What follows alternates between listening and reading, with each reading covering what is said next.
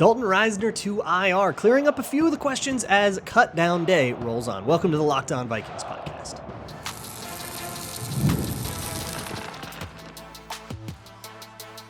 You are Locked On Vikings, your daily Minnesota Vikings podcast, part of the Locked On Podcast Network, your team every day. Hey, everybody. Welcome to the Locked On Vikings podcast, where we're always trying to learn something new. It's part of the Locked On Podcast Network, your team every day. Thank you so much for making Locked On Vikings your first listen of the day every single day. Appreciate you all so very much, whether you're an everyday or you've been here forever, or whether you're new. Hello, and welcome to the 2024 season on Locked On Vikings. You can just search out this show wherever you find your favorite podcasts. You can find it on YouTube and even Amazon Fire and Roku if you download the Locked On Minnesota Sports app. Today's episode is brought to you by FanDuel. Now through September 22nd, all FanDuel customers can bet $5 and get a 3-week free trial of NFL Sunday Ticket from YouTube and YouTube TV. Visit FanDuel.com/lockedon to get started. Today on the show, we've got some waiver news right off the bat, so we will go over some of those. A lot of those waiver guys were guys that sort of joined in the middle of the preseason as injury replacements or just sort of like camp bodies and stuff, but there are a few interesting names. This is also Twitter Tuesday, so I will be spending most of the show answering your questions as submitted to me via the Google Doc in the Google form in the show notes, or if you rather, you can send me an email at lockedonvikingspodcast@gmail.com. I also put out a call on Twitter. I'll do that every Monday as well if you'd rather do that. But first, let's get through some of the news. So the Vikings started on the process of cutting their roster down to 53 players. No real major surprises yet. And Dalton Risner going on IR is the other version of this. We'll talk about that in a sec. But first, the actual waived players: Matt Corral, Dwayne McBride, Sammis Reyes, Mo Ibrahim, Jalen Williams, Neil Johnson, the tight end they picked up from the Jets a couple days ago, Justin Hall, Owen Porter, Chuck Filiaga, the center that from the Gophers that played for 2 seconds, that played in the Eagles game, Doug Nestor, Matt Sindrick, Spencer Rolland, and Tyler Manoa, and then they terminated the contract of AJ Green. The reason that one's listed differently is because AJ Green is a vested veteran, so he's not exposed to waivers. He can sign somewhere else, where all the rest of those players go through a day of waivers before they get picked up. So this is kind of giving those players a bit of a head start and a chance. Those are, I would say, the easy ones, right? Like we were never keeping Matt Corral. We were never keeping, Doug Nestor, those guys, Spencer Rolland. Those guys were all very much bottom of the roster.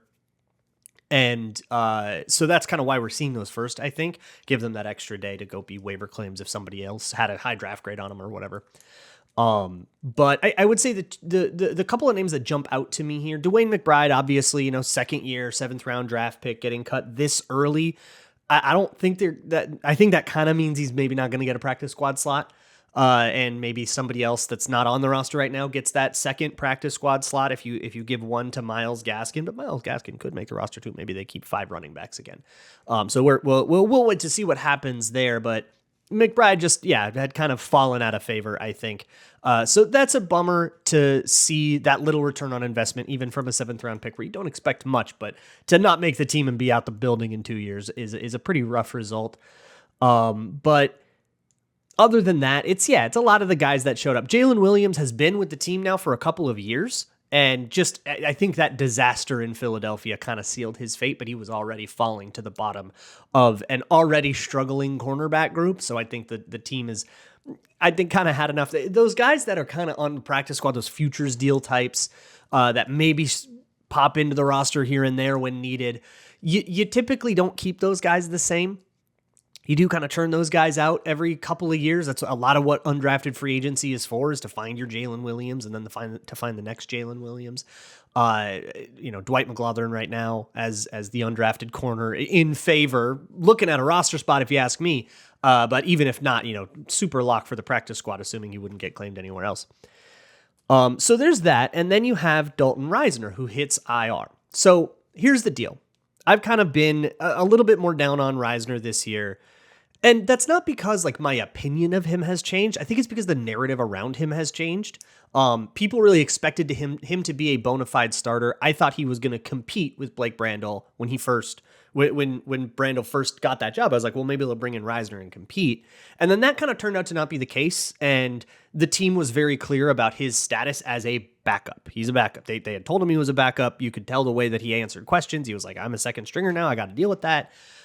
His contract was designed such that he had like incentives for playing, for starting games, which tells you that they weren't sure he was going to start games, and incentives for making the 53-man roster. But now that he goes on IR, he's on the short-term IR. So the IR rules have changed a little bit this year. You used to have to like keep the guy on the team for a day until the in-earnest season begins, and then you can do IR with a designation to return. You can do all that. You can now just skip that step for 2 players. Risner will be one of those players that he will go directly to short-term IR. He can come back after the 4th game. After that one, you can designate him to return, the 21-day window, that whole deal. The other spot, I think the 2 candidates in mind right now would be Gabe Murphy, who we haven't seen anything from. He's been hurt the entire preseason and all of camp, and TJ Hawkinson.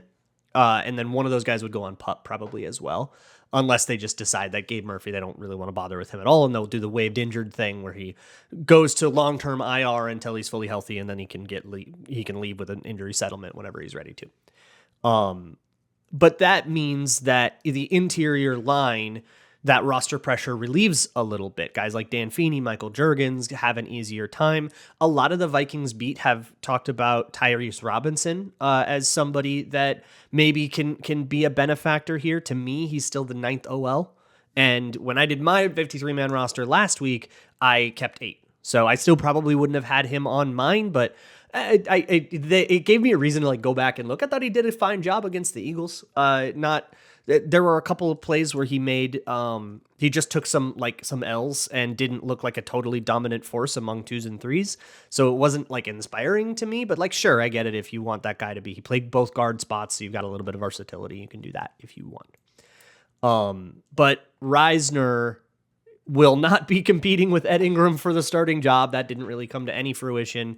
And the starting O-line, you guys know me. I kind of always understood that to be pretty much settled right out the gate. I think the idea of Risner pushing Brandel and Ingram was more of a just, light a fire on them kind of thing. Like more of a, he's there, he's waiting in the wings. If someone messes up, we have some depth. We have the luxury of benching a guy if we have to, but not an open competition. Nobody ever, ceded any first team reps even when Risner was healthy. So moving on with this Twitter Tuesday episode of Locked On Vikings, let's get to the Twitter Tuesday part. And I will start this one with a question from Eric the Red, who asks, pick one player on the 90-man roster based on their play from camp and preseason that you'd really like to see make the final 3, but definitely will not actually make the final 53. I don't know if I can say definitely, because there's an argument, but I gotta say Taki Taimani for this, right? Oh my. As I'm recording this, Malik Willis just got traded to the Packers. Fantastic for a 7th round pick. Absolutely hilarious. Please do not look up what I was saying about him in 2022. I didn't take my 2022 draft class seriously. Okay. I was doing the history doc. Leave me alone. So anyways, it's Taki Taimani.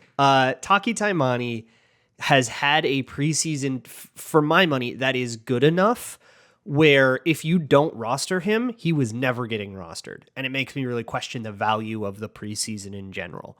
That Browns game was utterly incredible, but he was really good in the Raiders and the Eagles games as well. He really, I think, showed that he's worth being put on a 53-man roster. The problem is that he might have just been doomed from the get-go because there are a lot of rosterable players on that interior between Phillips, Bullard, Tillery. Those are your penciled-in starters right now. Levi Drake Rodriguez has played really well. He's got that draft pick leg up, right? They're going to be more willing to look at that investment. You've got Jonah Williams. Kevin O'Connell loves him from back in the Rams. There's a lot. It's a stacked roster. I shouldn't say stacked. It's a crowded room. A lot of pressure there, so it's really difficult for an undrafted free agent to jump in. But boy, if anyone's gonna, he's done enough. Ken Levin asks, what are you looking forward to this upcoming season with the team? I assume you meant forward to. Man, there's a part of me that I'm so curious to see what this new improved Sam Darnold is. I am not looking at it with this expectation that he's suddenly an MVP guy. I don't think that's really realistic. But boy, let's see what O'Connell can do with this guy, right? With a quarterback that is a discard, right? He is a cast off. He has been exiled from the ranks of possible franchise quarterbacks, a reclamation project, all of these things that describe Sam Darnold. And O'Connell had good offense with guys like that last year on the fly with Dobbs and Nick Mullins, other cast-offs, right? On the fly. That offense moved. It just turned the ball over a lot. And they were all, this was all not according to plan. They didn't have a whole offseason to get ready for him. Darnold has been the 1A guy all offseason. McCarthy or no. If you think McCarthy was going to be the week 1 starter, you haven't been listening to Locked On Vikings or to Kevin O'Connell. They've been very clear. It's Darnold, even before McCarthy was hurt. So what that turns into, this is plan A. Let's see how good plan A is academically. I'm really curious about it. Plus, Jettis yards, right? Who doesn't love Jettis yards? I got a whole bunch more questions to get to here on Twitter Tuesday on the Locked On Vikings podcast, so we're going to keep it moving. Today's episode of Locked On Vikings is brought to you by FanDuel, America's #1 sports book. And right now, FanDuel has a very special offer for you. Until September 22nd, all FanDuel customers can bet $5 and get a 3-week free trial of NFL Sunday Ticket from YouTube and YouTube TV. So lay $5 on whatever you want. For example, Sam Darnold over under 3,475.5 yards. If you think that a 3,500 yard season is in store here for this Kevin O'Connell offense, just by virtue of volume and Justin Jefferson, then you can take that over. If you don't, you can take the under. Whatever it is, put $5 on it. And with the YouTube TV base plan, you'll be able to watch every regular season Sunday afternoon and out of market game. All you need is a Google account and a current form of payment. And don't worry, you can cancel anytime. Just visit FanDuel.com/lockedon and download America's #1 sportsbook. Thank you so much for making Locked On Vikings your first listen of the day. When you're done here, go to Locked On Fantasy Football. Get that edge that you need for your upcoming fantasy draft. It might have already happened, and you might even already be looking at the waiver wires. Vinny Iyer has you covered no matter what. Let's move on here with this Twitter Tuesday episode of Locked On Vikings. The next one comes from Christian Torsmere, who says, you've done extensive reporting on JJ's developing mechanics this offseason. Now do Reichard. Have you seen anything from him that alleviates the concerns you had with him coming out of college? So another one about Reichard from Shadow, which is, has Will Reichard won you over from your initial disdain from the draft pick? I'll answer them both at the same time. So my thing on the draft pick, you can go back and listen to my post-draft stuff, is very generic. It's don't draft kickers. Mathematically, it doesn't work. And I still maintain that even if it works out this time, it's not something that I would want you to go back and do again if the opportunity once again presented itself. I just don't think that it is long-term something you should repeatedly do. That doesn't mean that there isn't a wide range of outcomes. All draft picks have a wide range of outcomes. So one of the things that I did this offseason was to try to go learn more about kicking. And if you want a mechanic style breakdown of this, you can find it on both my Patreon page, patreon.com/LukeBrownNFL. And that's free to watch, by the way. So you can just go check it out, or you can go to the Wide Left Substack, where I wrote an article version of the same thing if you'd rather read versus watch a video. But basically my deal on Reichard was that mechanically it's very, very sound. You can see why everybody fell in love with this kid. And you can see from his story too. He's been identified as a kicker from youth. That never happens. It's either a soccer player that the high school team calls up, sophomore year, or a bad quarterback that figured he could do some special teams to get on the field and ended up being good at it. It's never something that you work on since you're 8, but Reichard did. And that has led to mechanically a lot of consistency. He's very consistent, and that's very good.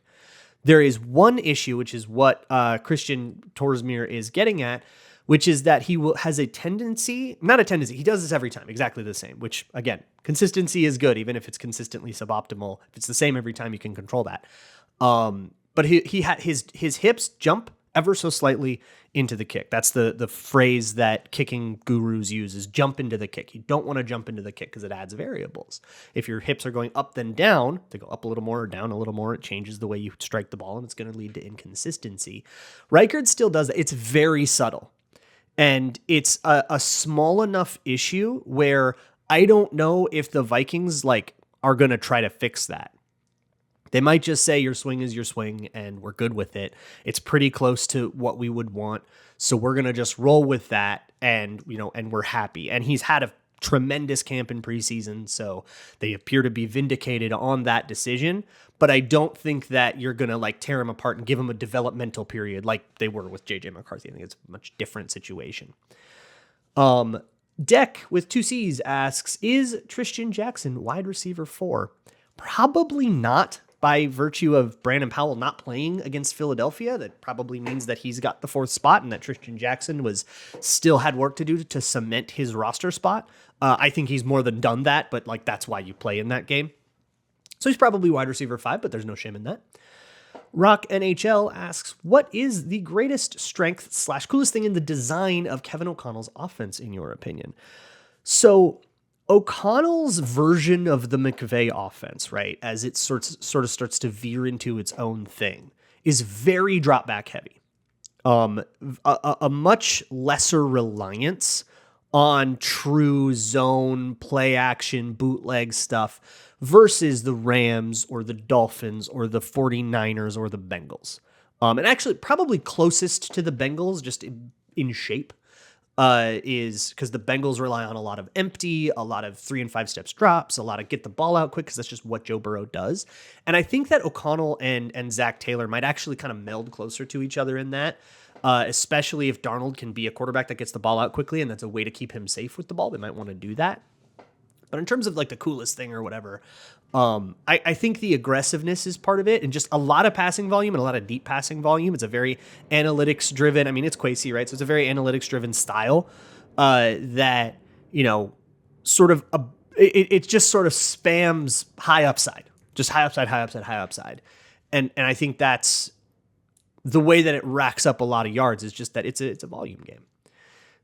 Chris asks, do you think with teams running vanilla things for preseason, that extends to how the new kickoff works? Oh, for sure. The special teams coordinators have all, I'm sure, been in the lab. What they're doing right now, it seems like they're testing out like basic structures, and essentially run play structures, like a zone running scheme or using a puller or, I don't think they're doing any of the like weird reverse stuff or anything with trick play crap, but they're just sort of testing out what sort of works here and what doesn't. And that's what the preseason is going to be for. But I'm sure they all have a lot of really interesting ideas, but I think you got to kind of gather info first, figure out what does work before you worry about what you are and aren't putting out on tape. Kirk Smirk asks, in next year's draft, would you possibly, 1, move up to take one of the top corners or D tackles, 2, trade back, or 3, stick and pick? So here's what I'm going to say about this. I'll probably get a lot of draft questions throughout this season, especially if it goes belly up. I will not really entertain like draft questions in August. I won't really entertain draft questions until it's like truly draft season. I compartmentalize how I do my prep there. So I don't even know what corners are coming out. And I don't know where the Vikings are going to pick. So it's really difficult to like have a serious answer to that question. The question will depend a lot on who you expect to be available at that time. And who actually is available when you are on the clock. But right now is probably just not the time. And I usually wouldn't even answer it, but I figure I should get it out there because it's a new season. And reiterate that like draft questions aren't really going to be interesting to me until like December at least. I have a few more left, so let's finish this out strong. Coming up.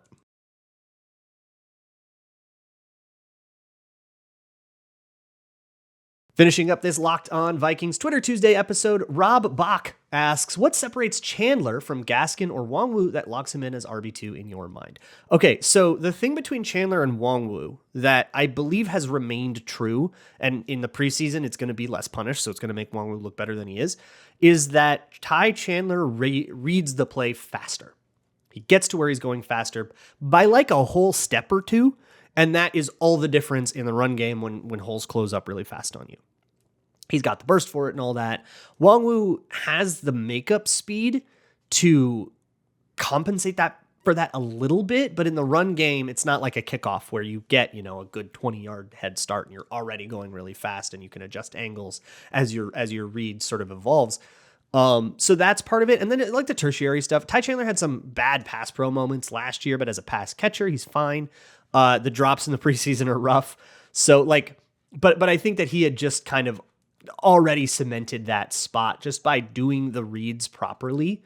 And it's the unsexy stuff, right? It's just like, be where you're supposed to be, go the direction you're supposed to go, and then we'll worry about all the tertiary stuff about like how much juice you have on the B button, Josh has a couple. He asks, with the new kickoff rules limiting the usefulness of hang time on kicks and punishing touchbacks, would it make more sense to have a position player who can get the ball to the landing zone do the kickoff to gain a more effective tackler on the return? I see what you're getting at here, but the kickoff, like precision in your distance on the kickoff is a skill, and a position player, a position player with a big leg, it's harder to place the ball exactly at the 10 than it is to just kick a touchback.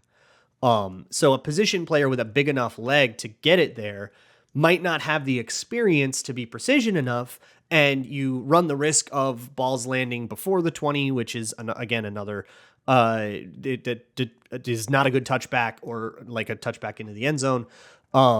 So I think having a kicker do it and using like Reichard, who has the precision to know how to do it, is still probably best.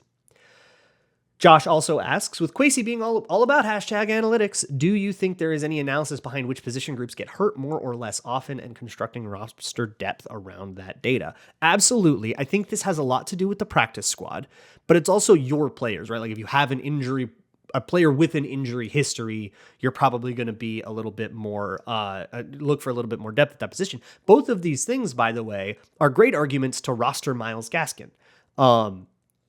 Myles Gaskin would be the fourth running back, and if you're worried about Aaron Jones getting hurt and Ty Chandler, who's been hurt, and Kenny Nwangwu, who's been hurt, having a fourth guy in the building is probably a way to mitigate that risk.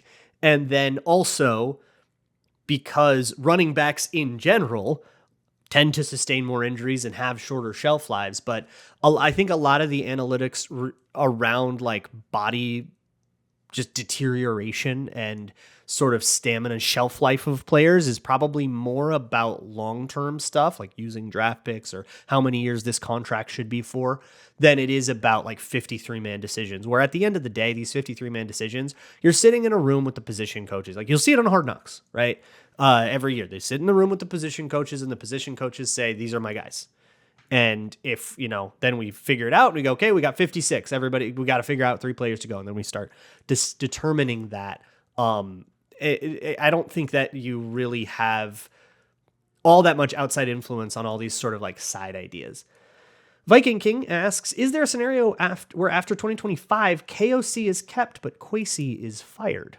I don't think so. Because what that would entail is this idea that like, KOC has done well, but the roster is just horrible.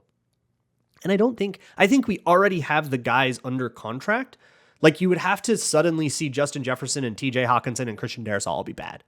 That's the scenario. They would all have to suddenly be bad, and we'd have to not think that that's Kevin O'Connell's fault. I don't see that happening. But I think if you wanted, I think the main reason anyone wants to get rid of Kwesi right now, and I think they're pretty impatient to do this is short-sighted, would be because they're mad about the 2022 draft.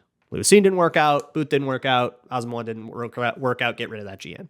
It's about as deep as the thought goes. But you got to pretty much stop thinking right there, because the second you go to 2023 and you see Jordan Addison, who's pretty likely to be 1,000-yard guy, assuming he's healthy and available to play, not suspended, all that, Addison, in terms of the talent, in terms of the scouting, was the proper guy to pick there for sure. Maybe Joey Porter. You could make that argument. That's the one I wanted at the time. But very clearly a good pick. I think people have tried to argue with me on that, and their argument is always insane. Mekhi Blackmon was looking pretty good. He got hurt. And then there's nothing you would do about that kind of stuff. And then Dallas Turner, by 2 years from now, Dallas Turner and JJ McCarthy, we're going to have answers about those guys. They would also have to be bad. And it doesn't look like Dallas Turner is going that way either. It's like a very weird corner case you have to get to for this to be the case. Hewart asks, this might be a dumb question, but like, what does a fullback do? No dumb questions. That's what Twitter Tuesday is for. A fullback lead blocker. That's the main thing, right? So take any run play, and if you think about the way a defense defends the run, you want a guy in every gap. You get this gap, I get that gap, you get the other gap. So if there's one guy in each gap, why don't we send a dude to just bulldoze that guy out of that gap before we run through it, right? And what that functionally turns into is that gap then splits, and everyone on the defense has to like refigure out what their gap is, because the A gap just turned into A prime and, A number 2. And and then the running back can just kind of follow that, right? So that's the point of a fullback. You want a good lead blocker, plus for CJ Ham being the third down running back last year, so there's a pass pro element to that. And also fullbacks do a lot of tight end stuff. There is plenty of the fullback just like motions in to a tight end spot, and now he's a tight end, and you run it like it's a 12 personnel play or whatever. So that's, I guess, a couple of people asked about like, why is CJ Ham such a roster lock? And we kind of get this every year, but this is a fullback offense, so you have a fullback there. And in like play action too, big pass pro responsibility, or just as an outlet, check down, kind of other running back tertiary stuff. 3 Deep Enthusiasts asks, if you could take any historical Vikings wide receiver 3 to start next to JJ and Addison, who would it be and what role would they play in the offense? So 3 Deep Enthusiast, I think I know what answer you want me to say. It's Jake Reed, and it's probably Jake Reed. I'm thinking of like moments where Sammy White, I think, had moments as wide receiver 3 on the Vikings, if I recall. No, okay, I'm wrong. I had my timelines wrong. I was thinking that there was times when like he was still there with like Anthony Carter and Chris Carter, but I'm just stupid. No, yeah, it's definitely Jake Reed. You got it. 3 Deep Enthusiast. Martians Rocks fan asks, aliens. Aliens invade the planet and kidnap all 22 starters of each one of the 32 NFL teams. Are the Vikings now one of the favorites for the Super Bowl? In that situation, you're basically saying like it comes down to everyone's depth. We blew out a bunch of teams. We went 3-0 in preseason, but there's other reasons other than just like, hey, a lot of these are the players that get cut, because like what happens now is guys like Tyrese Robinson are now roster locks. Guys like Henry Bird are now making the team as our depth, even though they were going to be probably in someone else's team. So that's pretty tough. We get Nick Mullins. He's probably halfway in the backups of the league. I think we're probably a good-ish team, but probably not the elite of the elite. I think there are other more complete rosters. Bradley Knorr asks, do they put cameras on the quarterback's helmet in practice? It feels like that could be very useful for the coach to see exactly what the QB is seeing. I don't think that's necessary, especially for a former quarterback like Kevin O'Connell standing there on the sideline. I think you can process enough of what you're seeing to like understand whether or not there was a throwing lane or whatever. They usually stand right behind the guy, so they're pretty much seeing what the QB is seeing. I don't think you need to mess with a camera.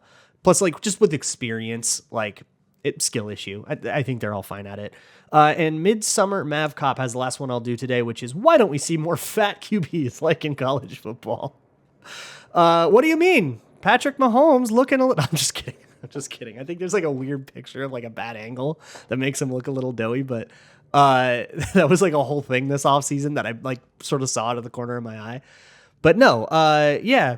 Why aren't they? Because they have to be better athletes in the NFL. Pretty simple, right? Like you just got to be in better shape in the NFL. Bigger, low center of gravity, kind of stout, stocky guys like in college maybe gets you good throwing, but the athleticism required in the NFL is like you need a lot more agility, and you just probably need to be able to scramble a little bit more. Guys are going to be on you a little bit more. You need to be able to do everything a little bit faster. So yeah, I don't know. I mean, if somebody is fat but like good, then that's fine. Bring them in. But we haven't seen one of those guys yet, at least not NFL good. It's a higher standard. I will talk to you all tomorrow. We will go over the roster cuts as we see them. Probably we'll see. Well, we've probably seen what we're gonna see so far. So we'll go in for whatever news. Maybe I'll do it like a late show tomorrow or something like that. Whatever it is, we'll figure it out. I'll see you all for that. And as always, Skull.